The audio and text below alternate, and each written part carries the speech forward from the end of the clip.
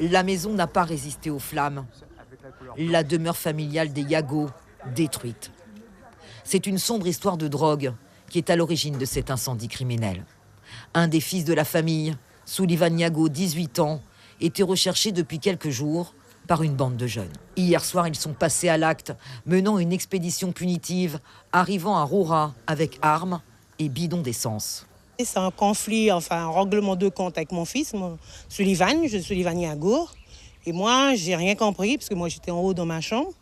Et puis ils sont rentrés. Il y a un gars qui est rentré avec une bidon d'essence qui a versé dans ma maison, quoi. Dans la maison.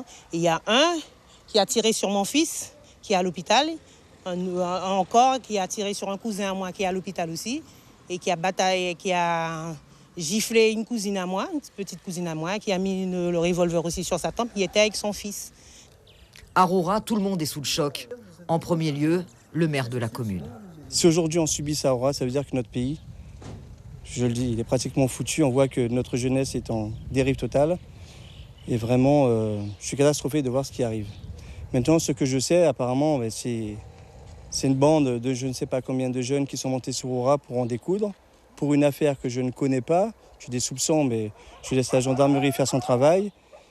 Et ils sont venus en découdre, ils ne l'ont pas trouvé. Ils ont brûlé la maison de... C'est un ancien maire, M. Yago, et qui ont blessé par arme à feu 2 jeunes de la commune de Roura.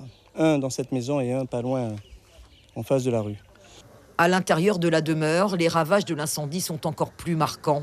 Rien n'a résisté aux flammes.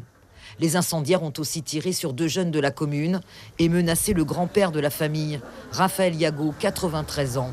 Les 3 victimes sont hospitalisées. Ça fait tout drôle de voir cette maison dans cet état-là. C'est là qu'on se rend compte que le feu quand même est redoutable. Je ne la reconnais plus. Donc bon, ça me laisse penser ou dire que j'espère qu'on va les retrouver encore plus vite.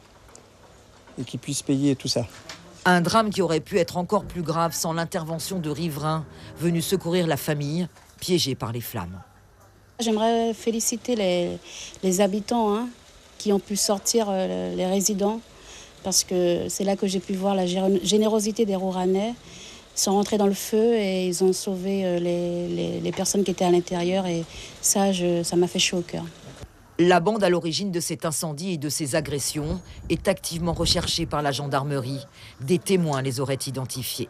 Une histoire de drogue qui retentit sur toute une famille et sidère toute une commune. Suivez l'info sur Guyana Première, télé, radio et internet.